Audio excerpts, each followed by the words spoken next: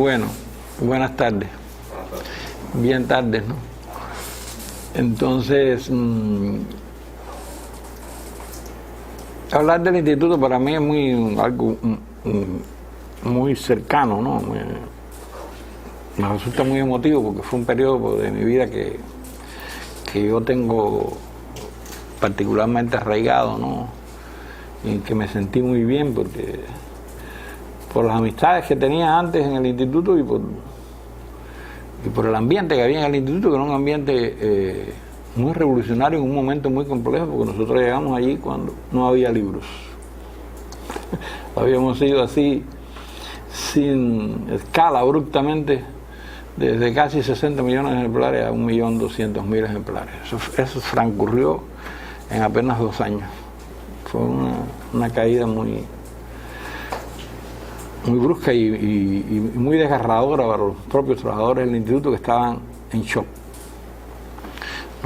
No sabían bien cómo conducirse, levitaban, algunos de ellos levitaban. Eso se conjugaba con una situación económica muy difícil en el país, que tenía que ver incluso con los alimentos. Hubo que suspender el comedor,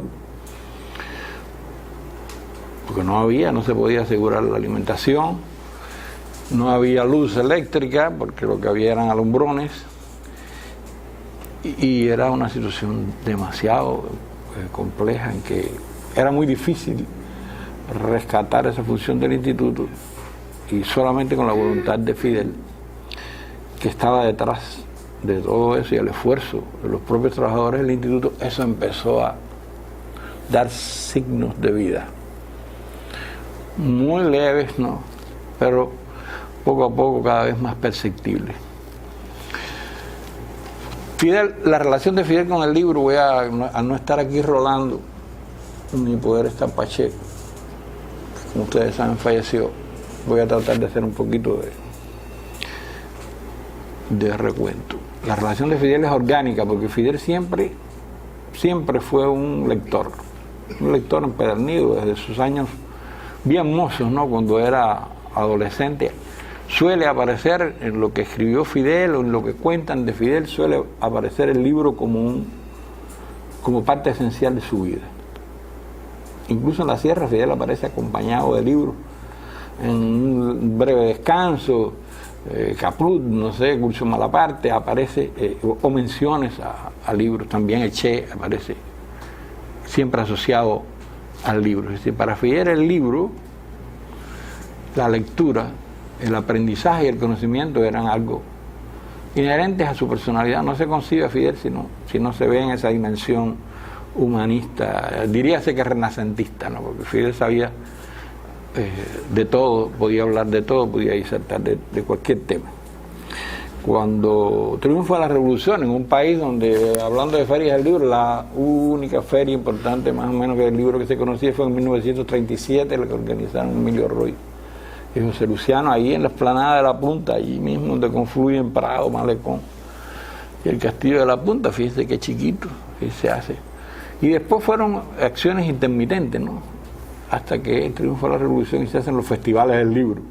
Eso es para hablar nada más de momentos en que podían confluir autores públicos, las ventas, por supuesto, las editoriales, los editores, que eran los momentos más importantes para que la industria y esa manifestación despegara con un criterio cultural en el país, y también un basamento económico inevitable. Pero todo eso, cuando triunfa la revolución, Fidel, el primer país que visita, ¿no?, es Venezuela.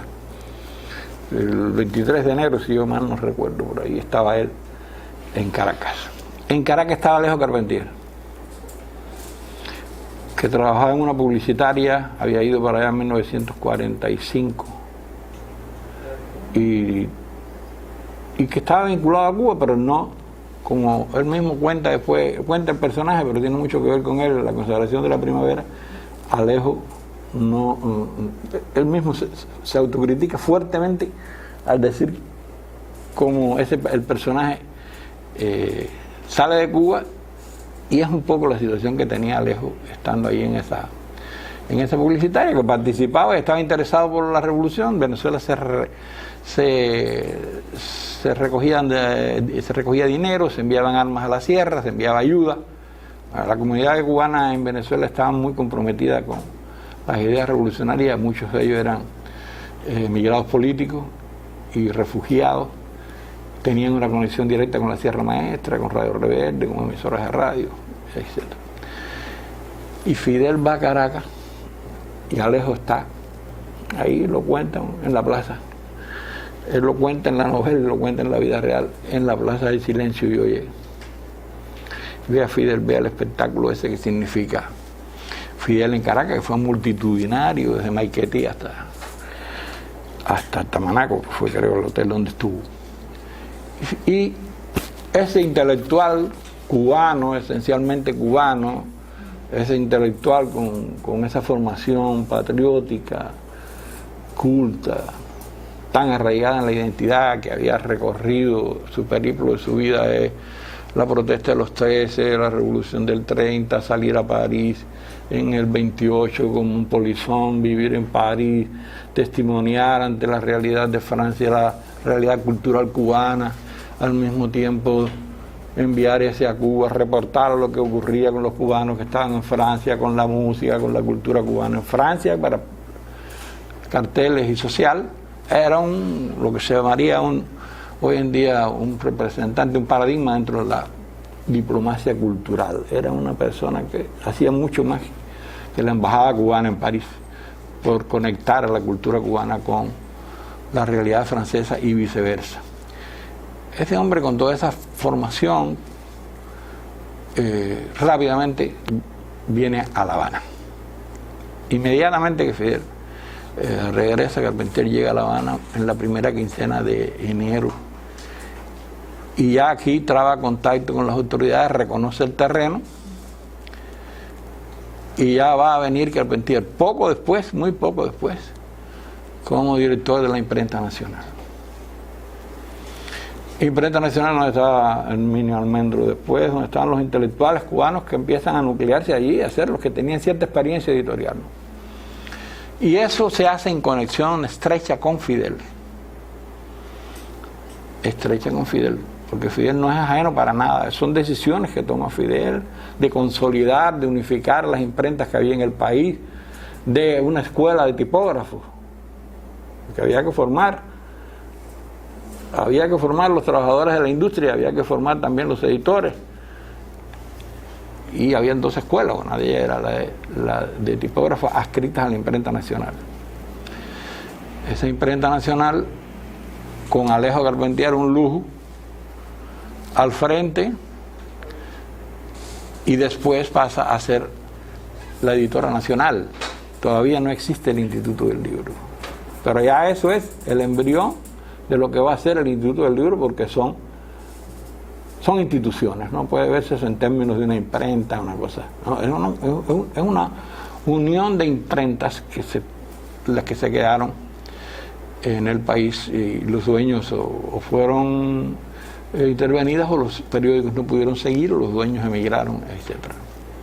Ustedes saben que en la imprenta del país se imprimió El Quijote, por ejemplo, que era un periódico del país, estaba en Reina, y por ahí está un edificio bellísimo, todo desvencijado, pero por ahí está todavía la imprenta del país. Y en otras imprentas, ¿no?, que se hacían, se empezaron a hacer libros. Esas imprentas desempeñaron un papel fundamental, porque el libro, la progresión, digamos, de las tiradas del libro subió rápidamente a 50 millones de ejemplares.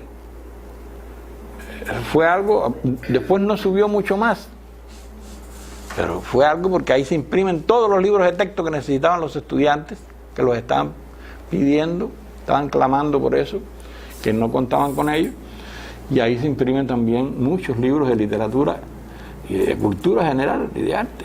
Habían colecciones, una colección, por ejemplo, de cultura cubana, esa es una colección célebre donde todos los autores cubanos que no tenían espacio, que tenían pequeños espacios, o habían tenido, como Nicolás en Úcar y compañía, que eran 400 ejemplares, por ejemplo, de West Indian. Es una cosa increíble, pagados, financiados por el propio autor. no había otra forma de publicar los libros, si no lo financiaba el autor, sobre todo los libros de poesía, los que no tenían salida desde el punto de vista del mercado, que no recuperaban la inversión, eso tenía que financiarlo ya el autor. Eso sigue sucediendo en muchos países todavía, sobre todo con los escritores jóvenes que no tienen ningún mercado, que no hay, nadie apuesta por ellos un centavo, porque además se lee mucho menos que antes. Todavía antes se leía, por lo menos había ciertas posibilidades de recuperar algo. Hoy en día es más difícil aún de recuperar. Por eso el libro de intención cultural, el libro de calado intelectual, es cada vez más escaso en el mundo editorial. Uno se explica eso, que esa es la razón fundamental. No tienen salida, si bien se publican muy buenos libros también, que desgraciadamente nosotros no conocemos, por limitaciones económicas también en el país. Bueno, Alejo hace ese camino, esa ruta inicial, es Alejo el que la hace. Rolando Rodríguez, que era un joven abogado, había estudiado Derecho, pero también había estudiado Filosofía en un curso rápido de aquellos que se hacían con los manuales soviéticos. Y Rolando estaba en la universidad, muy vinculado a la universidad, en el departamento de Filosofía de la universidad, donde estaba Galló, donde estaban algunos intelectuales cubanos que eran los que más cercanos a la filosofía, ¿no? En ese momento, Gaspar Jorge García Galló. Y otros. Rolando estaba vinculado a ese departamento, era subdirector en ese departamento. Y Fidel, en la Plaza Cadenas, Rolando coincide con Fidel, que era muy frecuentado y acostumbrado, lo hacía después, cuando yo fui estudiante, allí vimos a Fidel nosotros, ¿no? Varias veces, iba mucho a ver al rector, a los rectores, a los distintos rectores, y después salía a caminar con el rector y la comitiva, que no era muy grande pues, generalmente, porque era por la tarde, iba y caminaba y entraba a la Plaza Cadena, y los estudiantes que estábamos allí teníamos el privilegio de hablar con Fidel. Eso era un albur, ¿no? Porque no todos los días iba Fidel. Uno se sentaba allí, a veces Fidel venía y lo sorprendía a uno sentado ahí en un banco de la Plaza Cadena, y por supuesto uno se quedaba para ver a Fidel y hablar con él. Y preguntaba, o atravesaba directo al aula magna, o iba directo a la biblioteca, o sencillamente caminaba por ahí con Chomi, con Vilaseca antes, es decir, con distintos rectores que hubo. Y entonces ahí Fidel coincide con Rolando, y un poco hablan del tema de los estudiantes que estaban pidiendo los libros y no había libros, y Fidel tiene una conversación con Rolando, ya en otro lugar le enseña 2 ejemplares de esos 2 libros que se habían publicado. Le pregunta, ¿este libro dónde se publicó? Y Rolando le dice, no, fue ahí al machón rápidamente. Esto se publicó en Barcelona.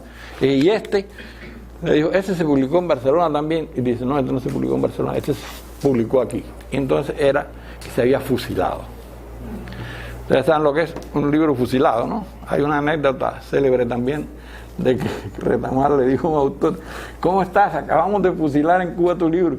Y como aquí se estaba fusilando a los contrarrevolucionarios más activos en ese momento, el autor se quedó un poco así, pensando que su libro había sido literalmente fusilado, ¿no? Contra un paredón. Es una anécdota muy ilustrativa, muy gráfica, pero que ocurrió en la vida real. El propio Rolando la cuenta en una entrevista. Entonces allí surge Ediciones Revolucionarias que fue ER, ¿se acuerdan? La R, esos libros que hubo después que regular, que no los vendieran, porque surgió siempre como una licencia de la UNESCO y no eran para comercializar de ninguna manera, ni simbólica, como ha sucedido siempre con el libro cubano, eran para no comercializarlo, eran por las demandas que tenían los estudiantes. Y el primer libro que se publica es un tratado de un matemático polaco, es un tratado sobre lógica y teoría de conjuntos. Fíjense, ese es el primer libro que publica en Ediciones R.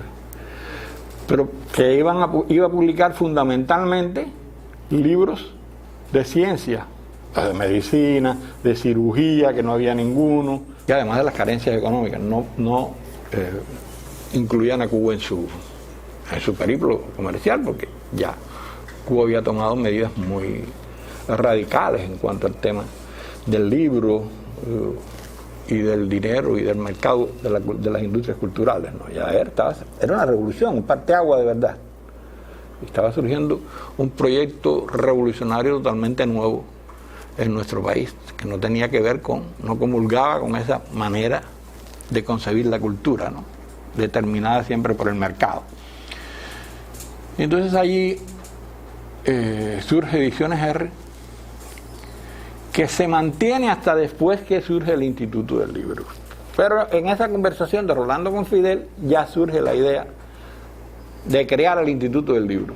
Estamos hablando de 1965, 66, 67, esos son los años, y ya el 67 va a surgir el Instituto del Libro, con Rolando Rodríguez al frente, y que seguía alternando ya alternaba con el Instituto de Filosofía, que era ya director. Entonces le pide a Fidel seguir con una sola función y se decide que sea presidente del Instituto del Libro, que estaba aquí en El Vedado. El Instituto del Libro, entonces, por aquí, por Séptima, por aquí, por Quinta, creo que era, Quinta y D, por ahí, o Quinta y 6, por ahí, o Quinta y 4, creo que era, en una casa. Después tiene otro camino por 19, no sé por dónde era, otro lugar, y después termina en Velascoaín. Y ahí me acuerdo que fue a donde yo fui a ver a Rolando, como éramos de la Brigada Hermanos Said, los jóvenes escritores, y ahí fui a ver a Rolando para empezar a publicar libros de jóvenes escritores, antologías, para revitalizar la colección Plumenristre, hacer cosas conjuntamente. Y Rolando fue siempre muy acogedor en este sentido. Y Pacheco ni se diga, que fue verdaderamente la persona que estuvo más tiempo en el instituto, más tiempo, que coincidimos más tiempo, ¿no? Nosotros con él, en la vinculación con la cultura. Y entonces Fidel diseña ya con Rolando, había diseñado Ediciones R, que no fue solo la anécdota de vamos a publicar libros para que los muchachos tengan libros, no fue. ¿Cuáles son los planes editoriales? Se los pidió a Vilaseca dijo que se iba a demorar un poco, y a todos los decanos y rectores del país le pidieron opinión y hicieron una lista que era alrededor de 350 títulos, y con eso empieza Ediciones R. De esa manera, acelerada. Ya en el 65, en el 66 ya se están publicando decenas de títulos, y ya se están publicando millones de ejemplares. Esos libros empezaban con 1000 ejemplares, porque eran para consumo de los profesionales, de los estudiantes, no tenían grandes tiradas, pero después Fidel mismo dijo, bueno, vamos a llevar esto al pueblo también. Y empiezan a publicarse tiradas mayores. Rolando está allí todo ese tiempo, así se diseña el libro, así se diseña el instituto. Fidel seguía eso a punta de lápiz, como las cosas que se estaban publicando, cuáles eran los planes editoriales, los costos. El propio Rolando realmente es un deleite, ¿no?, conversar con Rolando sobre esos temas, ¿no?, cuando uno ha hablado con él o hablaba con él frecuentemente. Y después ya el instituto es una institución que ya va con Pacheco al frente, con Pablo Pacheco, ya está, digamos que sistematizado, institucionalizado, ya todo el sistema editorial estaba creado, salvo algunos cambios, pero la editorial fundamental, por ejemplo, como Arte y Literatura y como Ciencias Sociales, ya existían. Como Gente Nueva es una editorial también que viene a formar parte ya de lo que sería el núcleo duro de la estructura del libro, ¿no? Y las direcciones complementarias, ¿no?, que forman parte del sistema editorial. También la distribución, la comercialización, todo eso surgió desde el principio. Eso Rolando lo consiguió, la distribución interna y las exportaciones, con Castro, con algunos compañeros que son leyenda en el Instituto del Libro Antiguo. Entonces ya ese instituto estaba diseñado. Así transcurre, en la época de Pacheco, que yo recuerde, una de las cosas fundamentales más ligadas a Fidel fue la colección de libros universitarios. Que la FEU le pidió al comandante una serie de libros, también siempre los estudiantes con una demanda muy directa y los jóvenes con Fidel, y entonces se empezaron a publicar y a comprar y a importar libros especialmente para las bibliotecas universitarias, que era algo que seguía Fidel. Ahí están las cartas en el Instituto del Libro, yo me acuerdo de esas cartas, de haberlas visto, que estaban las cartas y con los apuntes de Fidel al margen incluso, y con las acotaciones en los títulos y con los agregados de Fidel, también a punta de lápiz. Así, este es un documento valiosísimo, eso debe estar en los archivos del instituto, de esa colección para la FEU, se llaman los libros de la FEU. Después, cuando llegamos nosotros, así saltando rápidamente, ¿no? Cuando llegamos nosotros, entramos en un momento, como les decía, muy complejo en el instituto, muy complejo, que Fidel no fue ajeno, por supuesto. Todos los cuadros que se movían en ese momento, él participaba por lo menos lo consultaban. Y la relación con Fidel y el libro para nada cesa. Yo diría que en ese momento él muestra un interés particular de fomentar, de alentar la publicación de libros, cuando no había dinero. Era muy sintomático eso, el aliento de Fidel, con el impulso de Fidel, es difícil no sentirse motivado. Entonces no había un centavo. Ya les dije que no había comida. Hubo que cerrar el comedor, teníamos una yunta de buey. Yo hice un cuento aquí una vez, una yunta de buey tenía el Instituto del Libro y nos comieron un buey. No podíamos ni siquiera hacer autoconsumo allá por el Cotorro, por una finca que tuvo el instituto, que seguramente ya no la tiene, ¿no? Entonces estábamos en una situación muy precaria. Y junto con Álvarez Tabillo surge la idea de publicar un libro que fue fundamental para iniciar lo que el propio Iruel dijo una vez que todos coincidimos juntos, eso que iba a ser el principio de la recuperación, ¿no?, del libro, que después ya llegó a momentos durante la batalla de ideas mucho más amplios, ¿no? Pero que fue que hicimos un libro que se llamó 100 imágenes de la Revolución Cubana. Íbamos a ponerle 100 imágenes de Fidel Castro, que era la marca, porque lo íbamos a vender fundamentalmente en divisa. Y entonces Fidel dijo que no fuera un libro dedicado a él, y se buscaron 99 fotos en que Fidel aparecía en primer plano, y una foto en que Fidel estaba de perfil. Pedimos, no todas las fotos está relacionada, es usted protagonista, sino hay otros. Él buscó, vio algo de eso, fue un chiste ahí que él más o menos lo entendió con cierta generosidad. Y publicamos eso. Ese libro tuvo ingresos muy altos, pero muy altos porque vendimos la franquicia a España, a Italia, creo que en América Latina también lo hicimos con Argentina, y al mismo tiempo movíamos ese libro, se imprimió en Europa, era una imprenta de las primeras que usó los trabajos con escáner de digitalización, que levantamos el fondo, por ejemplo, de la foto célebre de Matthews con Fidel, la caja de fósforo que tiene Matthews, se logró saber qué marca era la caja de fósforo, las fotos de la declaración del carácter socialista de la revolución en 12 y 23, se levantaron las vallas que habían sobre el tejado de la pelota, sobre el techo de la pelota, y se leyó lo que decían esas vallas, que nadie se las podía ver porque eran fotos de fotos. Y se hizo un gran trabajo de digitalización, y esta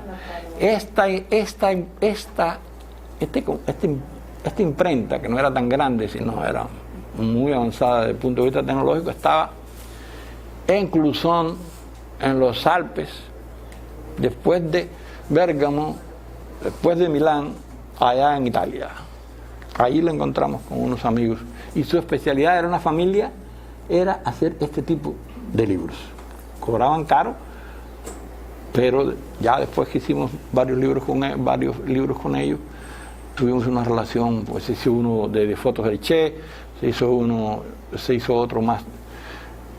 Ya esto fue con otra editorial, con Bardini Castoldi, se hizo uno de la visita del Papa a Cuba, igual, la misma tónica, fotos y libros de fotos, que tenían gran demanda internacional.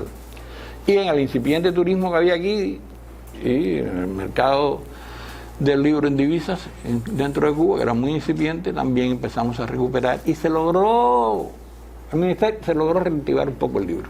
El Ministerio de Cultura no daba nada porque no podía dar nada, realmente. En el periodo que yo estuve en el Instituto del Libro, el Ministerio dio 150.000 CUC.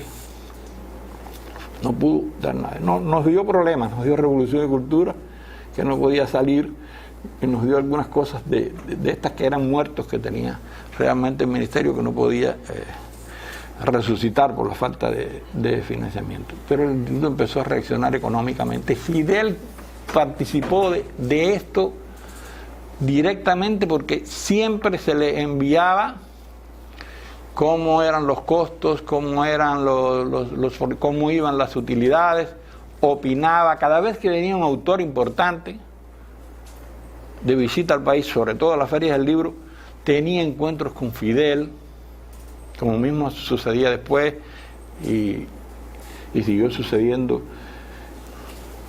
Y él aprovechaba esos momentos, y de esos momentos se derivaban acciones y se derivaban acuerdos fundamentales. Acuérdense que las ferias del libro, las que surgen en el 82, ¿no? Todavía más o menos, me acuerdo. En el 82 surge la feria del libro, pero las últimas ferias, por ejemplo, cuando yo me incorporo al instituto, que es en el año 94, las ferias que se hacen hay una dedicada a la computación, hubo una dedicada al medio ambiente y la alimentación, se hicieron en Pavespo, ¿se acuerdan? La computación, vinieron los simuladores aéreos, aquellos que después MIFAR incluso se interesó por ellos. Y Fidel siempre iba a la feria. Esa feria la recorría, la caminaba y tenía intercambios directos con los expositores y con los autores que venían del exterior. Y algunos los recibía en privado, como pasó, por ejemplo, con Valerio Máximo Manfredi, que es la persona que quizás más conozca en el mundo de Alejandro Magno, y que Fidel le dedicó y hizo una larga amistad con Valerio, y él le trajo a Alessandro y hablar, y le enviaba los libros periódicamente, y Fidel se interesaba por ellos, intercambiaba mucho con ellos. También cuando empieza ya la batalla de ideas, lo que se conoce como batalla de ideas, que se hacen las primeras aproximaciones, digamos, al tema de la socialización del conocimiento, o sea, a límites inéditos, ¿no?, sin precedentes en Cuba, y también a la participación de los jóvenes en ese proceso. Ahí hubo también mucho acercamiento con el comandante, y él delineó todos esos planes editoriales y esos planes de los fondos que, digamos, el diseño de los fondos mismos que se iban a utilizar para las bibliotecas y para las impresiones. Yo recuerdo su encuentro con dos libreros, dos dueños de dos grandes grupos editoriales, José Luis Monreal de Océano y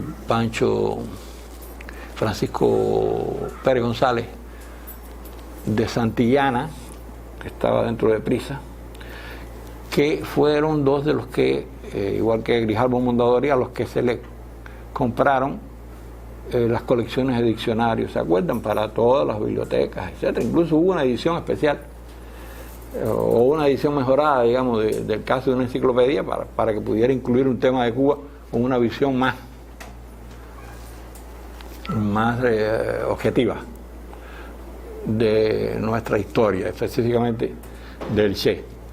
Hubo mucha receptividad, de hecho, era una demanda considerable.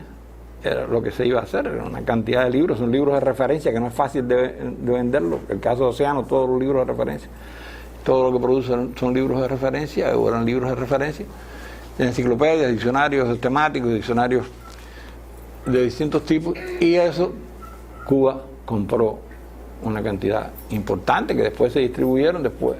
Esto, y luego cuando ya entra al instituto, eso continúa. Igual pasó con el diseño de las RISO y de las imprentas y editoras territoriales. Ahí Fidel interviene también sobremanera, porque él tiene, eso viene de una conexión con los directores provinciales de cultura, los directores municipales después, antes en intercambio con los autores, y se ve que ya en la Feria del Libro del año 2000, que fue la primera que se hace en La Cabaña, ya había presencia de editoriales, de las editoriales territoriales, ya hubo presencia de él, pero todavía no en el nivel que iban a alcanzar después, ya cuando Iruel entra al instituto. Pero todo ese diseño incipiente, en eso interviene Fidel. La política de Fidel ya sabemos cuál es con respecto a la cultura. Una noción de la cultura integral, para nada elitista, inclusiva, de profundo contenido humano, y una visión de acceso pleno a la cultura. Fidel no se detenía con accesos minoritarios, accesos exclusivistas, con una visión elitista.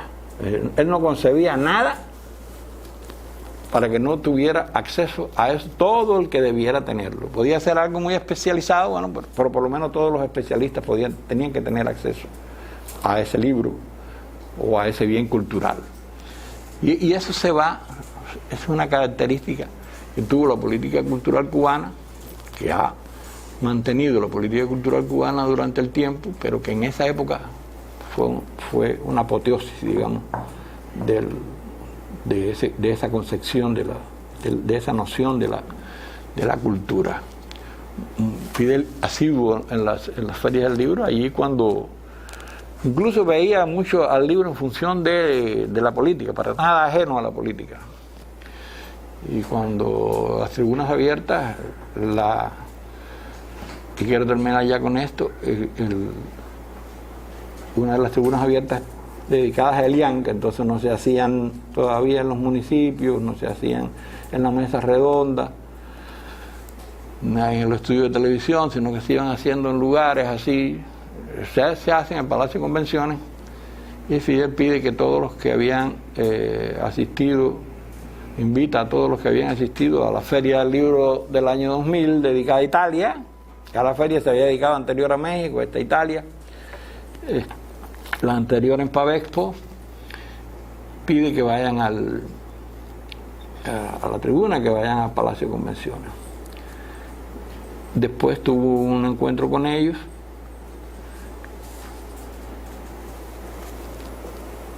y allí el comandante ya plantea nos pide que, o nos informa que, o nos propone una propuesta de Fidel, ¿sabes cómo uno la entiende, no?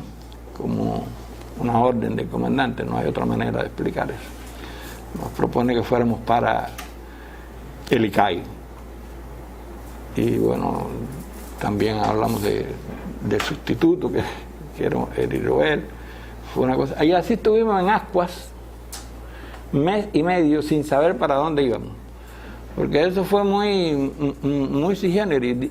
Fidel dice, cuando termina la tribuna, nos dice Carmen Rosa, yo no sé, creo que fue, nos dice que vayamos atrás del escenario, a un saloncito que había allí, que el comandante nos estaba esperando.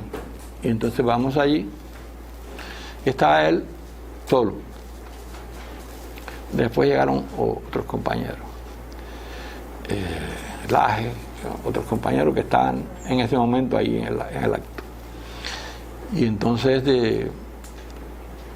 él dice, yo le digo, bueno, comandante, ¿qué es lo que usted quiere de mí? No, ya le digo, porque llevaba ahí un rato y no pasaba nada. Y entonces digo, bueno, ¿qué usted quiere de mí? ¿No? Y entonces yo no he contado esto, pero bueno, lo voy a contar ya. y creo que es importante porque ilustra mucho cómo Fidel concibe las cosas. Y entonces me dice que te vamos a promover. Yo no preguntaba eso, yo lo que decía ¿qué hago yo aquí, no? Que te vamos a promover, y entonces me dice que voy a ir a tomar una colina. Eso es lo que me dice Fidel. Colina, yo imagínense, pensé de la universidad, yo no puedo ser rector de la universidad, no tenía ningún grado académico, entonces, aunque bueno, en Cuba pasaban milagros de ese tipo, ¿no? Pero el ICR que está en una loma, ya yo había pasado por la televisión, no entendía bien qué quería decir Colina, no pregunté más nada, no, yo no pregunto eso, yo lo que quería saber, comandante, ¿qué tengo que hacer? No, que vamos a la mesa redonda, y él diseñó una estrategia ahí para ir a la mesa redonda, y fui a varias emisiones en la mesa redonda ahí con Patricia Aref, y a mí me tocaba hablar. Fidel diseñó eso así, lo que Elian iba a encontrar en Miami desde el punto de vista cultural. Sin internet, tuve que buscar cantidad de información por correo electrónico. Imagínense, no había WhatsApp, no había nada de eso, y buscar cantidad de información para hablar de lo que cuántas galerías había en Miami, qué carácter tenían esas galerías, cuántas escuelas de arte, qué carácter tenían esos conservatorios, por ejemplo, qué carácter tenía lo que podía llamarse vida cultural de Miami, donde no existía ni Art Basel como ahora, ¿no? Que es una feria del libro, una feria de arte importante que se hace en Miami. Y eso lo hicimos como en 3 o 4 emisiones. Y él siempre veía las emisiones y siempre me llamaba y por supuesto me criticaba, porque me decía, no, quedó bien o quedó bastante bien, pero ¿por qué usaste esta palabra? Palabras que uno tiende a usar porque son comunes, ¿no? En el medio donde uno se desenvuelve. ¿Por qué usaste esa palabra? Esa palabra te resta efectividad, no comunicas con esa palabra. Te están viendo 4 millones de personas, 3 millones de personas. Entonces era una cosa así, a ese nivel de detalle. Estuvimos así como 1 mes y medio, hasta que él llama a Abel, cuando la protesta de Baragual, el aniversario, el centenario de la protesta de Baragual, llama a Abel y le dice a Abel que vaya a Santiago con él. Después Abel me dice que vaya a Palacio, voy a Palacio. Le digo a Abel que nos vemos por la noche. Abel me dice, no, yo no voy a ir. Eres tú solo con el comandante. Y entonces estuvimos 5 horas. 5 horas explicándome a él lo que él quería del ICAI, lo que él quería de los estudios de animación. Ya se había visto con Oliver, con Padrón, con Juan Padrón y Ernesto Padrón, y habían concebido un poco lo que se iba a hacer en los estudios de animación. Y bueno, ya a partir de ahí vino él, y la presencia de Fidel fue, yo diría que mucho más intensa en ese momento. Hasta aquí. Fidel tiene una concepción, yo creo que en 2 pilares que son los pilares de nuestra política cultural. Una, el acceso lo más amplio posible a toda la cultura, hacerla asequible para todas las personas, que no son un tema de élites, como decía Omar, y a la vez democratizar también las posibilidades para la difusión de la creación. La revolución le dio al escritor cubano un lector, pero también le dio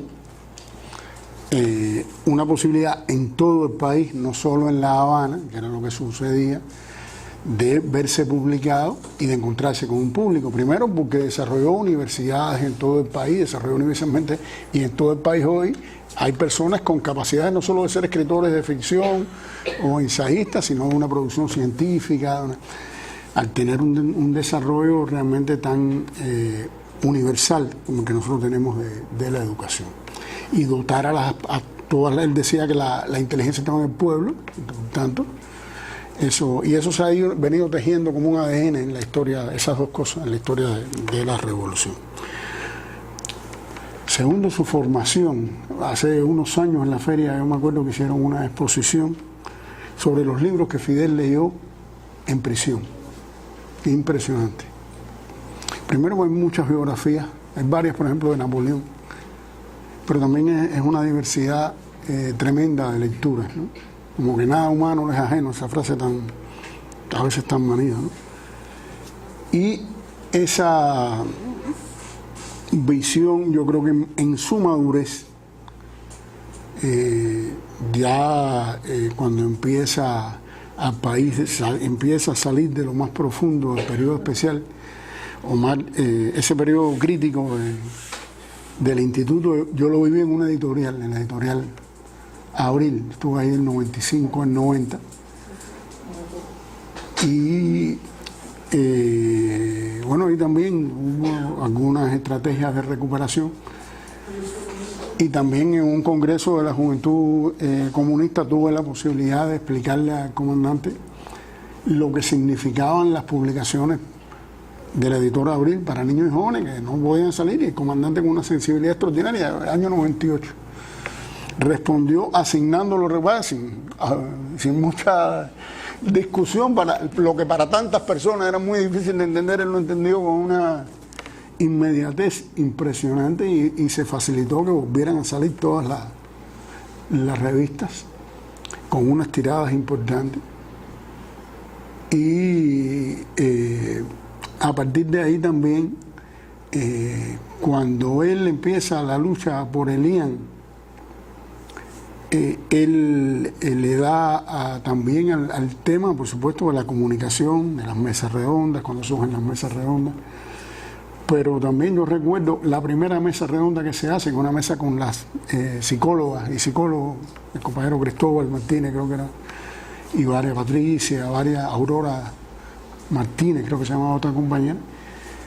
Y se hacen dos cosas: se hace un video con la mesa y se hace un pequeño folleto que se publica en todos los idiomas posibles, pero en millones de ejemplares, para mandar a todas nuestras embajadas, que le pusimos a partir de una frase que él dijo en alguna parte, o se dijo en la mesa: ¿en qué tiempo puede cambiarse la mente de un niño? Fue el título que escogimos. Hicimos ese folleto en tiempo récord, me acuerdo, un fin de semana en la editora Abril, en tiempo récord. Yo creo que empezamos un sábado y ya estaba el libro, y empezaron todos, en el ruso, en el francés, en inglés, y salieron todas esas cosas y se distribuyeron para el mundo para lograr, y Fidel logró, como lo logró con los 5, que regresara Elian, que regresaron los 5 cuando nadie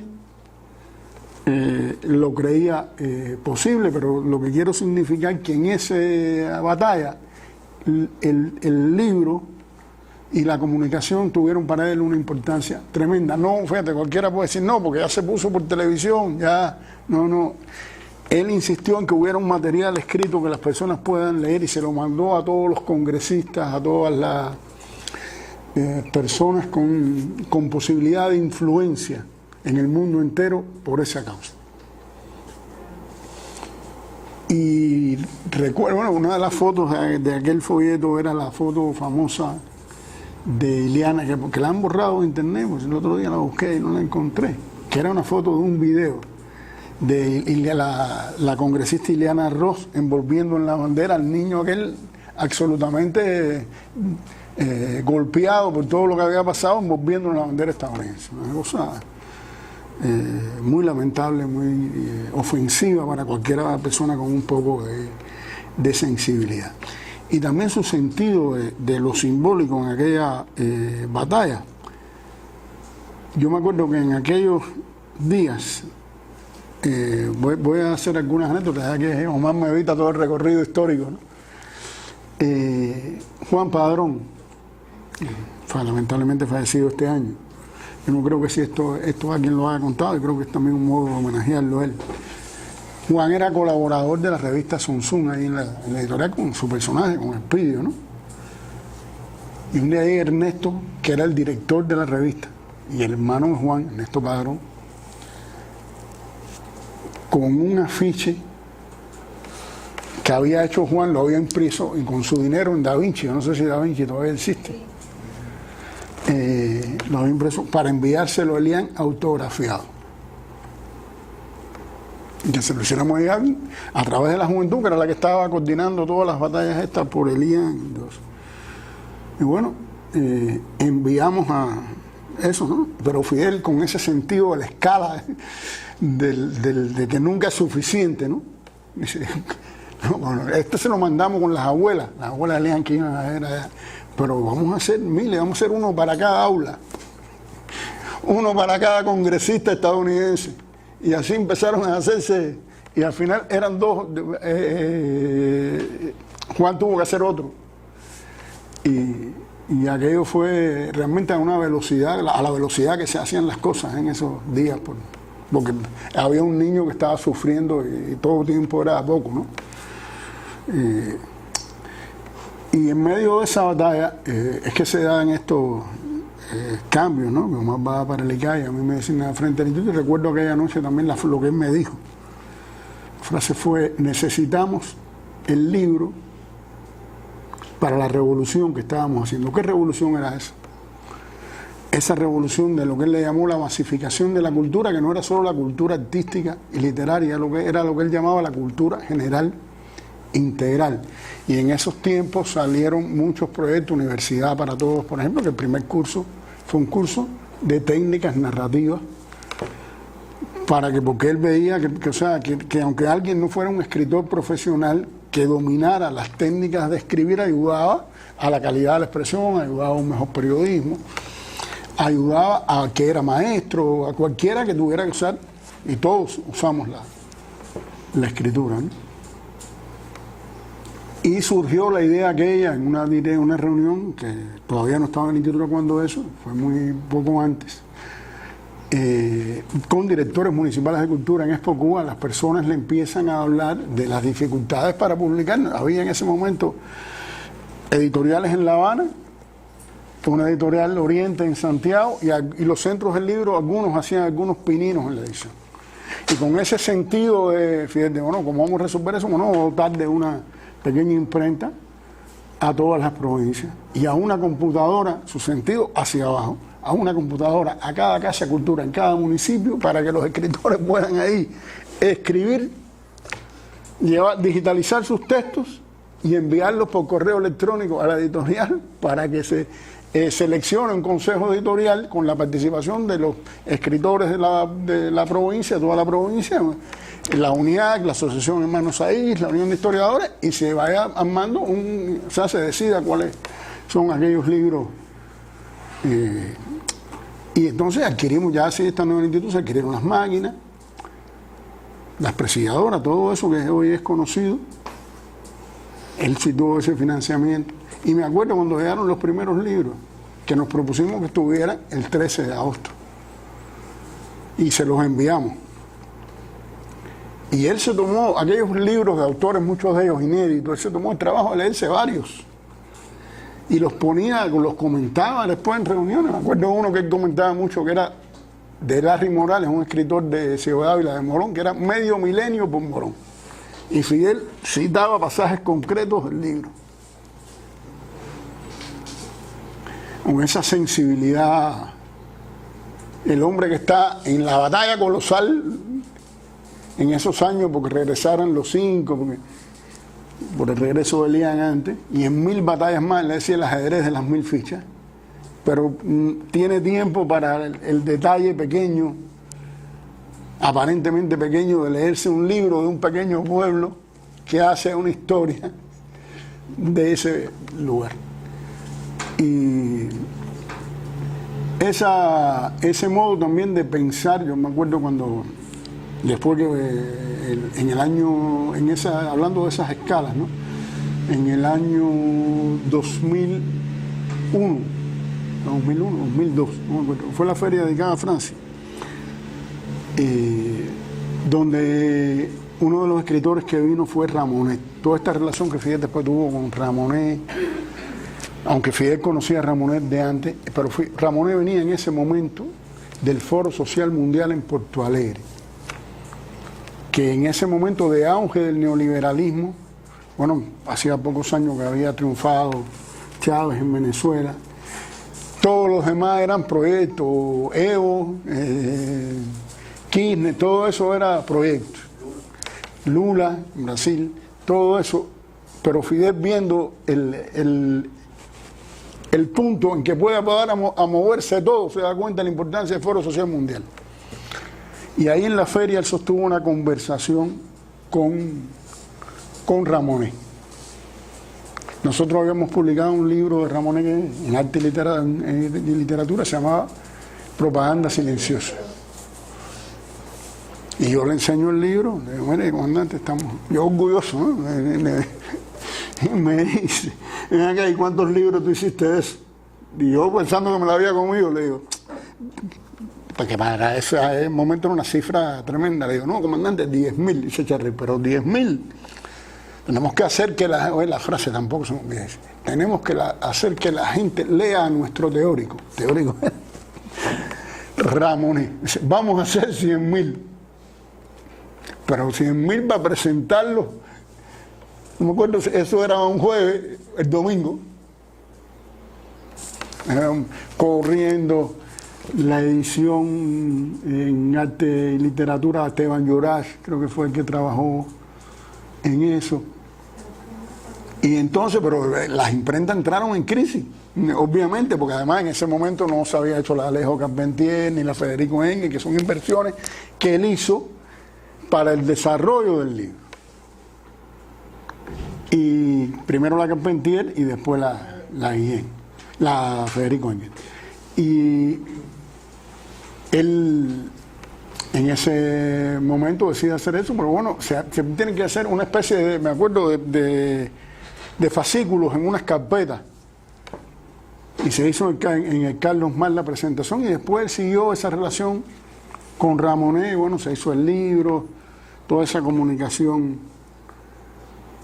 Y hablando también de esas escalas, recuerdo un momento cuando él hace una reunión para reconocer al comité organizador de los compañeros que habían trabajado en la feria de ese año, esa misma, en el Palacio de las Convenciones, y se aparece con García Márquez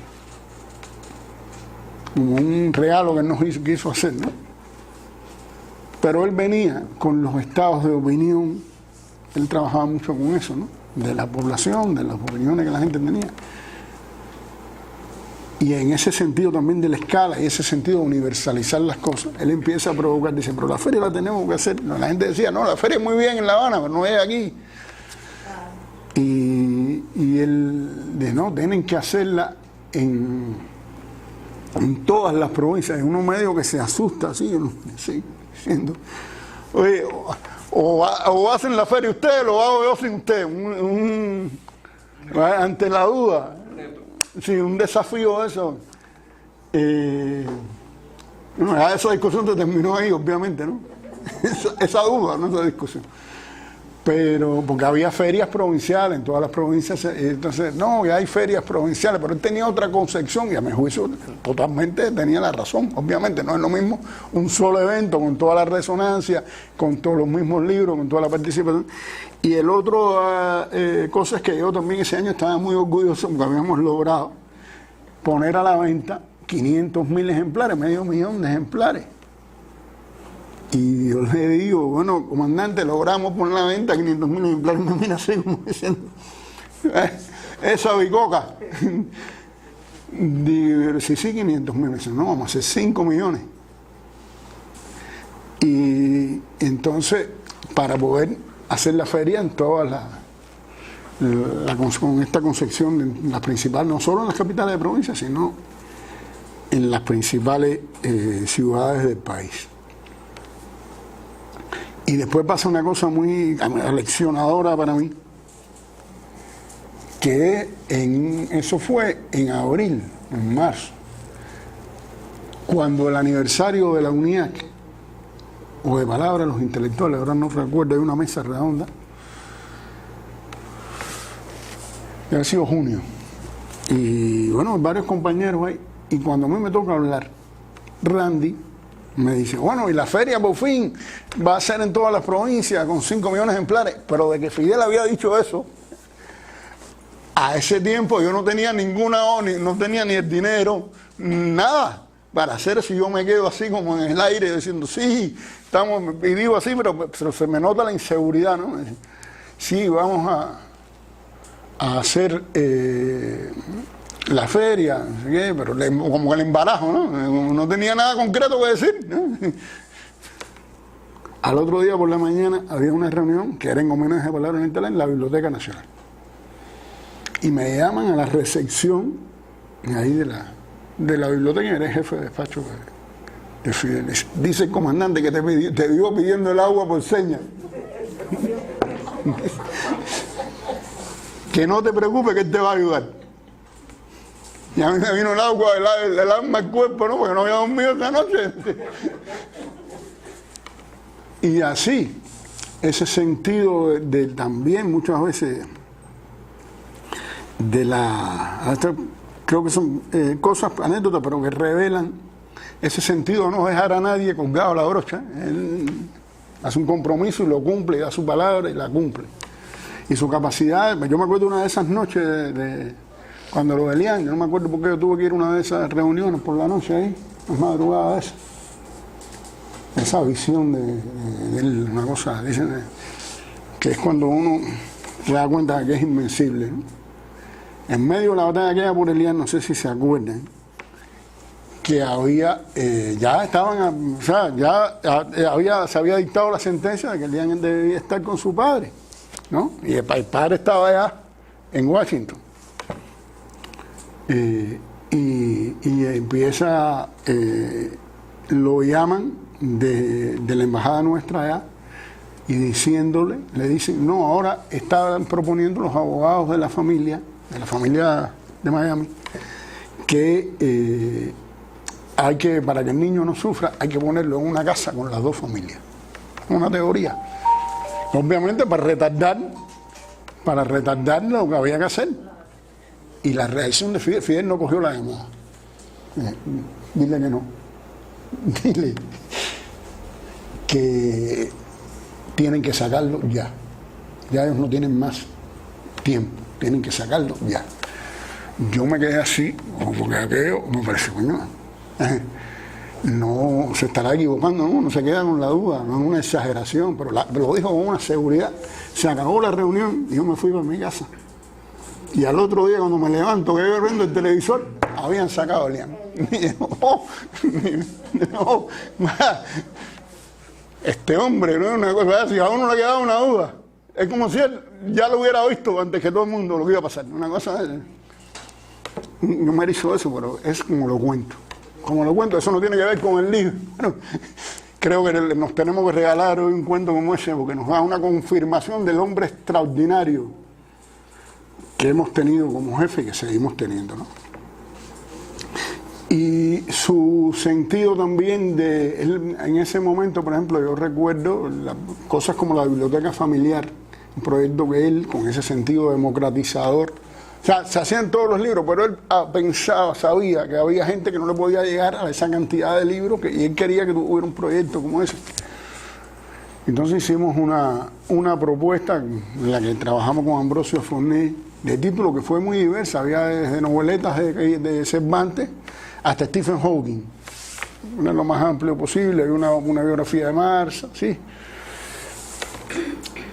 Y él le enviamos la lista de eso, pero con un respeto, él no modificó un libro. No modificó, no quitó este que me gusta más, no. Un respeto tremendo. Y cuando hicimos la colección de diccionarios, la oratoria, que le preocupaba mucho, un manual de oratoria que hizo Luis Álvarez para esa biblioteca familiar. Era un hombre excepcional, con una cultura excepcional, pero tenía esa superioridad intelectual, esa cultura tan profunda, no tenía un respeto por los demás. Un respeto por los demás, igual cuando había duda con un libro, yo me acuerdo una vez, no, que si tal libro, él dijo, léanselo, publíquenlo, que si Fidel era censor, nunca. Yo vi que no publiquen esto, no publiquen lo otro. Incluso cuando Omar lo dio aquí a una enciclopedia de las que se adquirió de Océano, que tenía una mentira sobre su relación con el Che.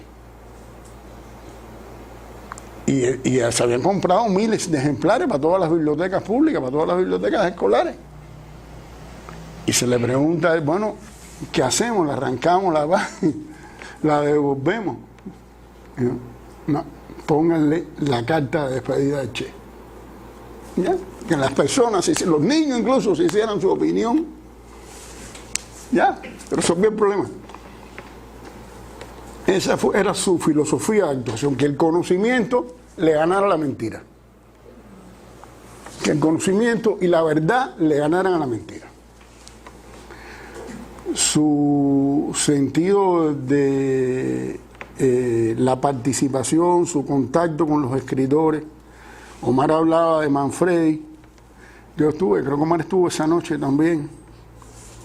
Creo que fue una de las últimas veces que él vino, que vino con la esposa y los hijos. Y Manfredi llegó ahí como a las 10 de la noche. Y como a las 7 de la mañana le dijo, comandante, no puedo más. Pero ¿qué cosa había hecho Fidel? Esa sed de conocimiento. Fidel le preguntaba de todo, una cosa. Yo me acuerdo que le preguntó el ancho del desfiladero de las Termópilas. No sé, comandante, no sé. Y yo le dije, a las 7 de la mañana, mire, comandante, yo le he dicho todo lo que sé y le he dicho lo que no sé. Ya, clemencia. Ese sentido del conocimiento, del detalle, de la preocupación por todo, por lo más mínimo, no para ostentar un conocimiento, sino una curiosidad intelectual real, auténtica. Creo que también es otro rasgo de esa personalidad tremenda, ¿no? Y su búsqueda siempre de cómo poder llegar, o sea, cuando hacíamos un libro en el que él se implicó, la distribución, que tomó eso llegara a todo el país, de cómo llegar a todos los lugares. Eso sí, a él le preocupaba, se ocupaba de cómo se iba a distribuir eso, de cómo iba a llegar. Yo me acuerdo libros que adquirimos, por ejemplo, la colección Mitos, Poesías, que la adquirimos, fue algo que él financió. No, nada más que le interesaban los libros políticos. ¿No? Ahí estaba todo. Los griegos, los clásicos, la poesía contemporánea. Es que no era un uso instrumental del libro para la propaganda, no. Una cosa es que el pueblo tuviera eso a su disposición. Y creo que son verdades en las que más allá de cualquier simplificación que a veces nos impone, ¿no? Es un hombre de esa confianza, además, en la inteligencia de los cubanos. Por eso yo creo que le dedicaba tanto tiempo a la argumentación, a exponer las cosas y también al intercambio con los escritores que venían a la feria, en los consejos de la UNIAC. Fidel, cuando estaba hablando contigo, te daba la sensación de que tú eres la persona más importante del mundo. No, estaba apurado. No. Y en los consejos de la UNIAC, de la Unión de Periodistas, tiempo. Y si tenemos que seguir mañana, seguimos mañana. Para profundizar en las cosas, para que nada se abordara de un modo superficial. Y eso también lo da su sentido de la historia, esa persona con todas esas ocupaciones, que sea capaz de dedicar tiempo, de dedicar como decía Omar ahorita, en el diálogo con los estudiantes, hacer al interlocutor que tiene la persona más importante para él en ese momento. Y yo creo que eso también le ganaba una ascendencia tremenda, ¿no? Y a partir de ahí, bueno, se fueron construyendo esta relación que él tenía con el mundo de las editoriales, del libro. Nuestras editoriales fueron ampliándose. Hoy hay, yo me acuerdo en el instituto donde yo estaba, había 130 y pico editoriales en el país, sellos editoriales, en todas las provincias, los principales centros de investigación, las instituciones del país, desde la oficina del historiador, instituciones culturales. Yo creo que la producción editorial fue ampliándose y desarrollándose, como mismo el potencial intelectual del país lo fue reclamando, y lo fue también facilitando, ¿no? Y las personas, en el tiempo hubo que calificar editores, diseñadores para el libro, que no es lo mismo que ser diseñador de otras cosas, en todas las provincias. A veces tú formas las personas, se te van, tienes que volver a formarlos. Pero, y como también, o sea, ese sentido de distribuir, de que esté todas las editoriales, todas las provincias hubiera una editorial, y a la vez para la gran producción industrial del libro. El primero hace la editorial Alejo Carpentier, que está ahí, las dos están ahí, en Villa Blanca, que son adaptaciones de otras imprentas que ya existían. Y ese día, creo que Omar hablaba de Carpentier, estuvo Lilia, la esposa de Carpentier, que ya no vive, y él tuvo un diálogo muy lindo ese día, y él siempre recordaba con tremenda admiración el gesto de Carpentier cuando le dieron el premio Cervantes, creo que fueron, en ese momento era una fortuna, eran $30,000, y Carpentier sin chistar los puso a disposición de la dirección de la revolución. Y Fidel le preguntó, para no decidir él en qué quería utilizarlo, y se utilizó en comprar galerías, colecciones de arte para todas las casas de cultura del país. Y él ese gesto lo recordaba siempre, igual que la carta que le envió a Lilia el día, y se publicó en el Granma el día del centenario de Carpentier. Era una persona por la que él tenía una tremenda admiración. Él habló ese día en el acto de inauguración de la imprenta. Ahí están, yo creo que ese discurso sería interesante volver sobre él, porque ahí están ideas de cómo él veía el mundo, el desarrollo del libro. Igual que hay una intervención de él en la televisión del año 60, bueno, la imprenta se crea en el año 59, la imprenta nacional. Cuando se van los dueños de los periódicos, los trabajadores se quedan sin trabajo. Y ese sentido también de Fidel, de en vez de gestionar la derrota y subir la parada, no, vamos a hacer con estos periódicos, vamos a hacer libros. Y y en una asamblea con los trabajadores ahí, eso está. Y él cuenta después, en el año 60, cuando sale el Quijote, hay una comparecencia de él en la televisión, me sería bueno buscarla y hablarle ahí una vez estando en el instituto, donde él cuenta las colecciones que va a tener de libros para la biblioteca del pueblo, los libros de viaje, y va armando, obviamente en lo que tienen que haber participado varias personas, entre ellas me imagino que Carpentier, que era una persona a la que él, repito, le tenía una gran admiración. Y yo creo que ese sentido, porque es verdad que esa persona de una cultura extraordinaria, de un método, Fidel yo creo que es un método, es una cultura y es una ética, de un método que es pensar siempre en el pueblo y con el pueblo y resolver los problemas con el pueblo y con la participación. El burócrata ve al pueblo como el problema. El fidelista, el Fidel ve al pueblo como la solución, siempre que hay un problema, la solución es el pueblo. Convocar al pueblo para lo que sea, el 5 de agosto, o resolver el problema de los cupés, como dicen los trabajadores sociales. Siempre su solución pasa por el pueblo. Y en la cultura también, y en el libro también. Nada que no pasara por el pueblo y por la gente, pero a él le interesaba. Y creo también que tiene que ver con su formación, con sus lecturas, pero con su vocación liberadora, con su sentido de que solo a través de la cultura se puede realizar plenamente el ser humano. Él decía que era lo único en que se puede crecer infinitamente, sin dañar el medio ambiente, sin dañar a las demás personas, la cultura, el conocimiento, y que ese tenía que ser la aspiración del socialismo, que era en lo que realmente nos teníamos que diferenciar del capitalismo. Y ese sentido, y el libro como depositario de toda la cultura conocida. Yo creo que era un instrumento, era y es un instrumento formidable para eso. Y yo creo que por eso él le dedicó tiempo y impulsó ese mundo y ese desarrollo del libro en nuestro país. Llegando igual en todas las batallas, la solidaridad con Venezuela, los libros que se hicieron aquí en relación con Venezuela.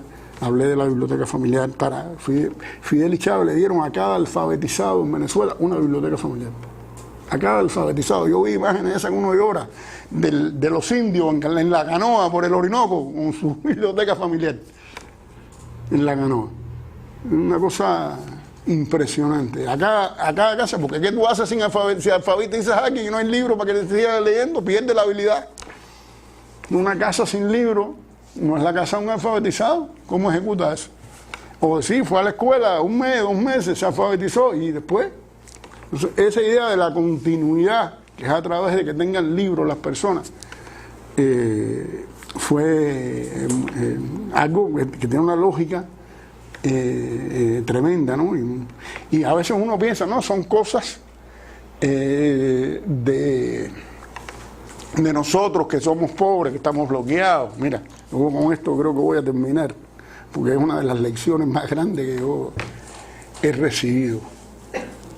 En la feria de Guadalajara, no me acuerdo si fue en el año 2002 2003, yo participé en un panel. Era en un hotel de esos 5 estrellas, Hilton, creo que era una variedad, un panel, donde estaba la secretaria de Educación Pública de México, estaba Sergio Ramírez, el escritor nicaragüense, había alguien, creo, de un gran grupo editorial, de una de estas grandes empresas editoriales españolas, y estaba yo, ¿no? Y hablaron toda esa gente. Y yo hice una historia más o menos como la que hice Omar aquí, pero terminé con la biblioteca familiar y llevé mi cajita de cartón con mis fascículos. Y saco aquello aquí, bueno, esto es lo que estamos haciendo ahora. Yo pensando, me estaban a tirar trompetilla, pero bueno, yo fui atrevido. Y saqué mis fascículos con mi cajita de cartón.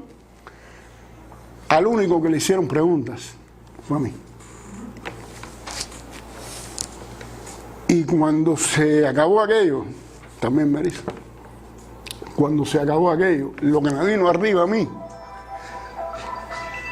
y me pongo a hablar con la gente, cuando me vieron, me habían robado y una maestra, no se me olvida, pero esa mujer llorando, pero yo tengo que llevarme una para mi escuela. Le digo, bueno, vamos al stand. Y yo, la única que quedaba en el stand de Cuba ahí en la feria fue se la di a ella.